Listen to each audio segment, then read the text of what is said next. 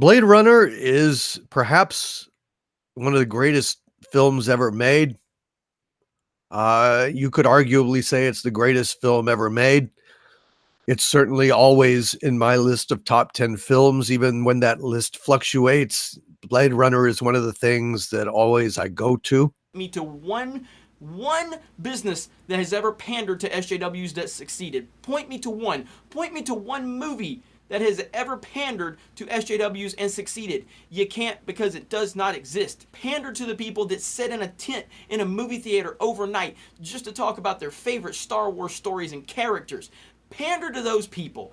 Do not pander to social justice. We need to get her political ideology and propaganda out of Star Wars. Make Star Wars great again. Fire Kathleen Kennedy. Fire her 3 months ago. I made a lot of videos talking about how conservatives don't really understand a lot of the movies they love. I mainly have spoke about Star Wars because I've made videos about the fandom menace and these anti-SJWs keep saying, keep your politics out of my Star Wars, despite the original Star Wars film being extremely political, especially for the time. Probably more so now because all these people getting so butthurt about politics. So what we're going to do in this video is talk about why conservatives love certain movies, from Ben Shapiro and Blade Runner to people like Geeks and Gamers and Star Wars. Maybe we'll also throw in some Punisher there. But we're going to talk about how conservatives fundamentally do not understand the political themes and messages of the films they love.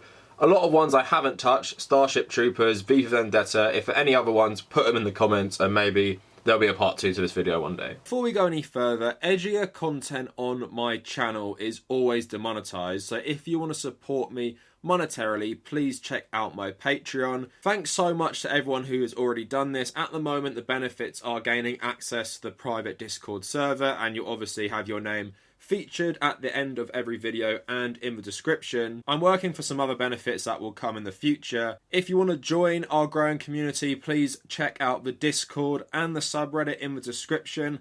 And if you want to follow me personally, check out at the Kavernacle on Instagram and Twitter. And also u/TommyCahill1995 for my personal Reddit. So with that out the way, let's get into the video. Also check out the podcast I do with my girlfriend Holly. Link is in the description. We talk about political things, we talk about more casual things as well. Thanks so much for the support recently as well. 25k, we hit it last week. That means there are now 5 chocolate oranges, 1 for each 5k.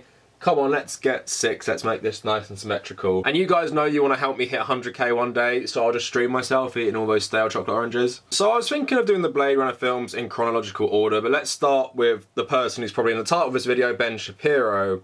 Now, Ben Shapiro's politics are pretty well known, but let's see what he thinks of Blade Runner 2049 before we get into the plot and before we get into how his politics kind of caused the world and dystopia that the Blade Runner films exist in.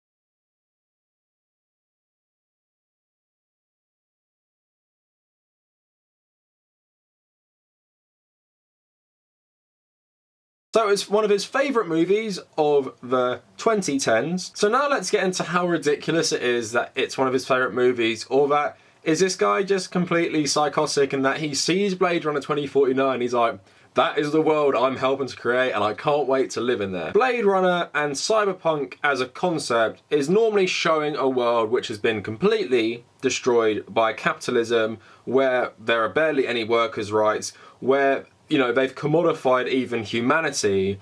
And obviously a big thing in the Blade Runner universe and Do Androids Dream of Electric Sheep is about slavery, because humans have now enslaved an entire race they have created and make them do the most awful jobs to expand the colonial reach of humanity. But I think a big one to focus on the Blade Runner films is that they really reflect the fears of the time. So I made a video about the anti-Asian sentiment often in cyberpunk and Blade Runner as well, where it's feared that the Japanese are going to take over the global economy. So that kind of factors into the Asianness of the first Blade Runner movie. But of course, in the first Blade Runner movie, just like the book Do Androids Dream of Electric Sheep, there are barely any animals left in the whole entire Earth, because the pursuit of capital, of profit, of everything in this world has resulted in most nature being destroyed. And instead of nature, the whole of LA is just dominated by towering pyramids, massive buildings, and a giant black cityscape. It's truly like a capitalist dystopia, this one. But Blade Runner 2049 takes that even further, because it puts the, our contemporary fears of climate change in it. So how relevant that Texas has just had this massive snowstorm, which has devastated the state. People experiencing temperatures and conditions they have basically never experienced in their life living in Texas, which is primarily quite a hot place to live. Now, California is quite similar in the sense that it is quite pleasant to live weather-wise all year round. It's always been pretty hot.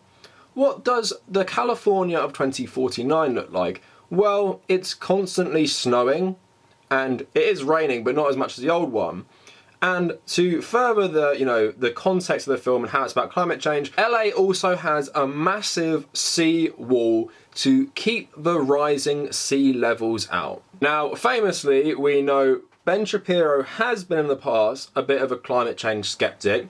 Thankfully, he has accepted it exists, but then it's kind of hard to reconcile that with his crusade against the Green New Deal and continually supporting Donald Trump's agenda, where he puts fossil fuel lobbyists in charge of the EPA. So what did Ben Shapiro think about the sea levels rising? So let's say, for the sake of argument, that all of the water levels around the world rise by let's say 5 feet over the next 100 years, say 10 feet by the next 100 years, and it puts all the low-lying areas on the coast underwater, right? Which, let's say all of that happens. You think that people aren't going to just sell their homes and move? So that is his logic, basically. When the sea levels rise and destroy a lot of people's homes, you think those people wouldn't have moved? You think they wouldn't have sold their houses for a lot of money and gone buy somewhere more inland? Yeah, I don't think that's really going to happen. What's going to happen is that sea levels will rise, it will destroy massive coastlines, and you will have to have more radical things like a gigantic seawall in Los Angeles. And that is the context of Blade Runner, this environmentalism, in that the sea levels will rise so much to stop the destruction of a lot of LA, you have to erect a massive wall, and LA also might look like Toronto year round. Now also in Blade Runner 2049, not only is there no animals left, there actually isn't any wood left, basically, or any sorts of plants. You see a dead tree, which is quite a big deal because one of the characters comments on it, saying they'd never seen a dead tree before. Also, he finds a small flower on the grave of Rachel. He also has a little wooden horse made out of real wood, and when he brings it to, the marketplace, they say they could get him a lot of money for this. So this is a world that has been completely destroyed by climate change, and it's visible for all to see. While I would say it's in the background, if you are some sort of intellectual, like Ben Shapiro purports to be an intellectual, surely you would pick up on the climate change stuff. Now, the stuff he said about, the sea levels rising and some other stuff he said about climate change basically, being disputed, he said that the same year this movie came out. So I find it extremely weird he doesn't understand the message of Blade Runner. But of course, he's also a hyper-capitalist who believes in things like the free market and believes, capitalism is the best system. It's lifted millions out of poverty. But the whole point of the Blade Runner movies is to show you how capitalism completely destroys our planet. And it is way more apparent in 2049. Like, I can understand to an extent why you might be seduced as a right-winger by the aesthetics of the first Blade Runner, because the first Blade Runner is maybe a place you'd like to go visit. The second Blade Runner is not a place you'd like to go visit. Completely blacked out sky, snowing and freezing all the time, the sea constantly battering your city, and the whole San Diego just being turned into a massive dump. That is the future. That the politics of people like Ben Shapiro, that's where this will lead us. So I find it ironic how a guy can sit there, take it all in, as an intellectual, think about the wider messaging of the film and think, God, that's a great movie. I love this movie so much. Again, the only reason I can think that he would passionately love it while actually understanding the message is that he wants to live in this hellscape. But this really isn't unique to Ben Shapiro. Conservatives fundamentally don't understand that films that they like or claim to love or claim that they're the best movie of, the last 10 years simply have a message saying, yeah, Ben Shapiro, your politics are bad. I hope less people believe them in the future because I'm really scared that this is where it's going to lead, and how fitting, again, that I'm talking about this stuff after what has happened in Texas. Now, Doomcock is another guy who loves Blade Runner. Now, I'll cut him a bit more slack than Ben Shapiro. His channel was called Overlord DVD. Now, he recently made a video about Deckard being a replicant, but when Rutger Hauer died, he made a little live stream talking about how much it's upset him and how Blade Runner is possibly the best film of all time. Blade Runner is perhaps one of the greatest films ever made. You could arguably say it's the greatest film ever made. It's certainly always in my list of top 10 films, even when that list fluctuates. Blade Runner is one of the things that always I go to. And the very best part of Blade Runner, the beating heart of it, the soul of Blade Runner,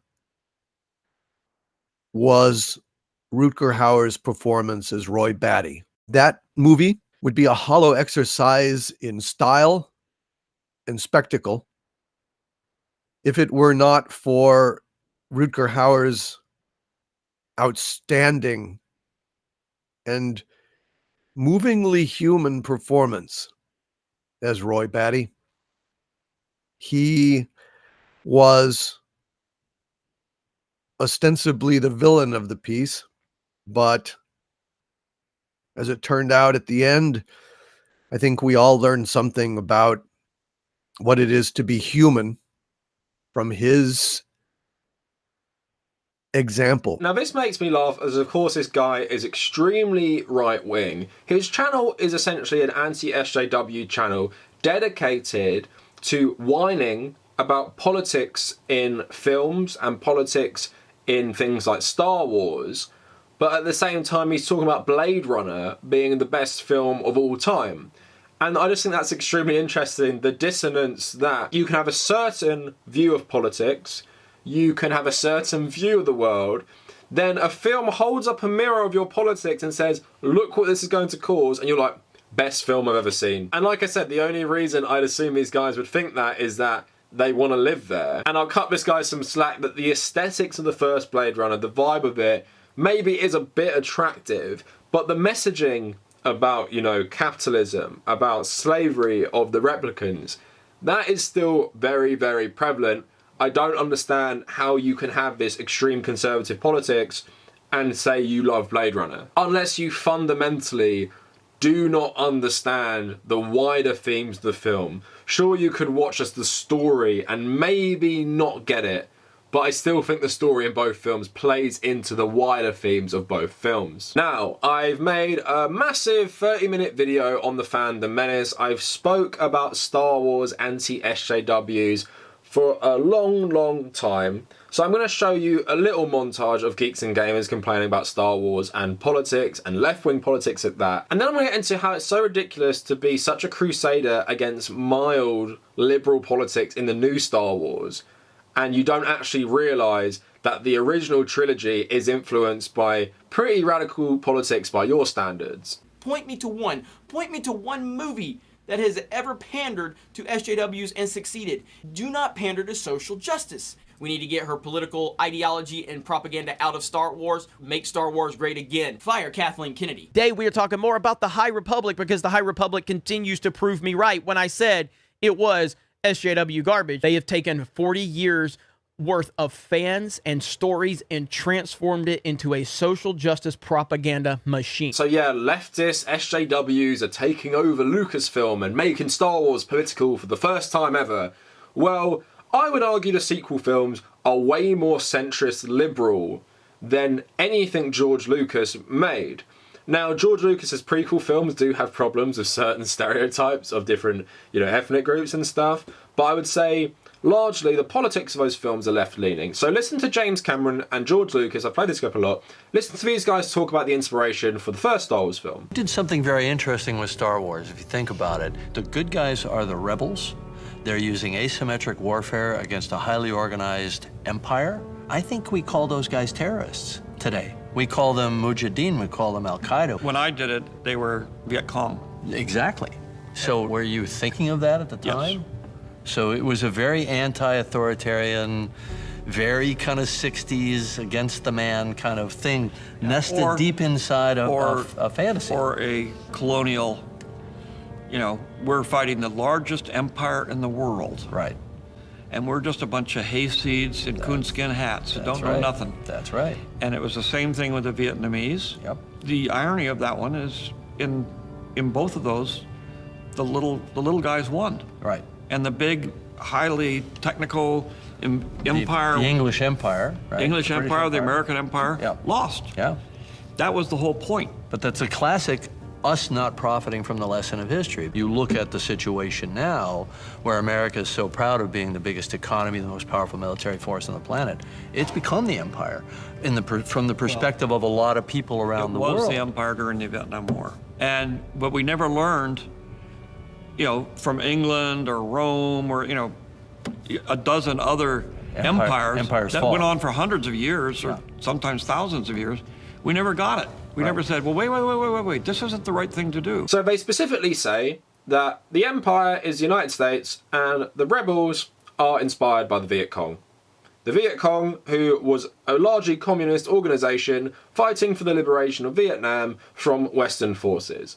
That's the inspiration for the original Star Wars. That's the inspiration for Stormtroopers versus Rebels. And now, because Disney have decided to make Star Wars a bit more diverse, apparently that's left-wing politics. You don't want that in your films. But totally okay with the original trilogy being influenced by the Vietnam War and making the good guys these communist rebels against US imperialism. And even if you take it at like a liberal face value, it's like good versus evil. And it's always funny that these guys somehow think, especially with the Gina Carano stuff, they're the good guys, and they are these rebels fighting against, you know, the Star Wars Empire. It's also funny that a lot of them are about my age and love the prequels. The prequels where Chancellor Palpatine is inspired by people like Richard Nixon and what George Lucas said back in the day he would fear Richard Nixon would do to democracy in the United States. Also, you can kind of see, you know, the Weimar Republic in there as well with the rise of Chancellor Palpatine and everything. So I would say Star Wars is also pretty left-leaning,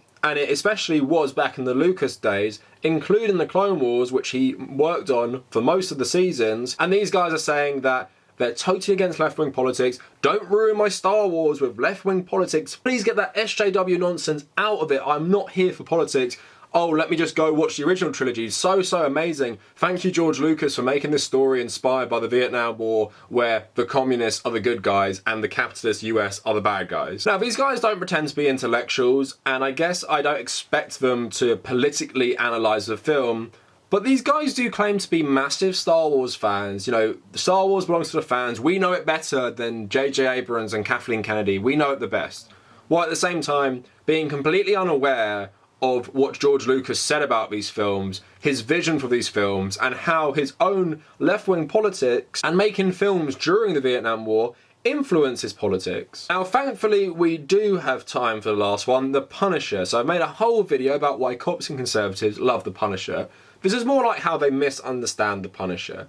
So Punisher's appeal is that he's a veteran, and he's a guy who loves action. He solves these problems of crime his own problematic way. To a lot of people on the right, that really appeals to them. And because the veteran community is more right-wing in the US, I guess you can see why they adopt people like this. Chris Kyle talked about how he loved The Punisher. And now, of course, the police, who primarily vote Republican in America, are also adopting thin blue line Punisher logos and stuff. Obviously super problematic if you're a policeman who loves the Punisher, but it shows them fundamentally, again, not understanding this character. It doesn't really matter what generation of Punisher you are looking at. Even, I guess, the modern one with John Bernthal in the Netflix show is showing how, I guess, America does not treat veterans right and disposes them after these wars. The whole first season is about the CIA going after him because he tried to expose higher-ups in the military. So George Conway is one of the co-creators of The Punisher, and he hates this stuff, and he says you don't actually understand conservatives and policemen, what this character represents. So he told The Guardian, I think it's a couple of years ago, so I'll read it for you. So I think the way the cops use it is extrajudicial They are cops and they are going to punish you, and the Punisher is an outlaw. He's a symbol of the failure of the justice system to treat everyone equally. About 3 years ago, when it started showing up in police cars and on challenge coins that cops were using, I was really disturbed because it was such a fundamental misunderstanding of what the character was and was supposed to represent. In that sense, he's been completely defiled. So he also said, the vigilante anti-hero is fundamentally a critique of the justice system, an example of social failure. So when cops put Punisher skulls on their cars, or members of the military wear Punisher skull patches, they're basically siding with an enemy of the system. They are embracing an outlaw mentality. Whether you think the Punisher is justified or not, whether you admire his code of ethics, he is an outlaw. He is a criminal. Police should not be embracing a criminal as their symbol. My point of view is the Punisher is an anti-hero, someone we might root for while remembering he's also an outlaw and a criminal. If an officer of the law representing the justice system puts a criminal symbol on his police car or shares challenge coins honouring a criminal, he or she is making a very ill-advised statement about their understanding of the law. So those are pretty strong words from someone who helped create the Punisher, but he's not wrong with that because the Punisher operates outside of the legal system. If you're in the police, you 100% should not be idealising a guy like that. Again, like I said, whether you agree or not with his politics or his worldview, you're a policeman who has to work with the law, have to work within the law. You're meant to uphold the law. You're not meant to be going around the law to dish out a punishment that you see fit. And the Netflix show, I guess, is okay that showing the Punisher is not right in the head. He is not all there mentally. He tries to go to therapy. He's traumatized. So he does these things from a place of trauma, and it is part of his coping mechanism. They even address this in the comics where I think, you know, policemen are trying to say they idolise him, and he says, if you want an idol, your idol is Captain America, not me, because I'm an outlaw, I'm working, you know, outside the system. You're meant to uphold the law. For all its faults, you're not meant to do what I do. But there is so much Punisher police stuff everywhere. You can buy this branded merch, and so many conservatives absolutely love the Punisher. And like I said, I guess from a veteran's point of view, there are certain things with the Punisher I can understand you relating to, regardless of your political affiliation. And I don't necessarily think you have to be left-wing to enjoy a character like the Punisher, but I feel like with this one specifically, that conservatives and policemen who idolise this character just fundamentally do not understand him. They just think the skull is awesome, and the Punisher as a concept is awesome, but if you actually delve into the stories, whether that be the show or the comics, this guy is problematic and not someone you should be looking up to. So that is it for how conservatives fundamentally do not understand their favourite films or TV shows or comics, and how they often cannot see any of these things on a deeper level or see the actual messages that the director and writers of these films and TV shows actually want to convey to the audience. They just see the aesthetics of Blade Runner, the aesthetics of Star Wars, the aesthetics of the Punisher, and think, awesome, that's, you know, completely up my alley, that's my favourite thing of all time. Please do not infect these things with left-wing politics which inspired them, because that'll make me really sensitive, and I'll just completely ignore the history of these things where the creators of this stuff have outwardly expressed their left-wing politics and their anti-capitalist politics. So let me know if you guys have any other examples of this, like V for Vendetta or Starship Troopers. If you want to find me at social media, at the Kavernacle, Twitter and Instagram, please come check out my Patreon as well if you're feeling generous. Come join our communities at Discord and on my subreddit. And again, check out my podcast, come follow my personal Reddit, all that good stuff is in the description. And if you made it this far, thank you all for watching.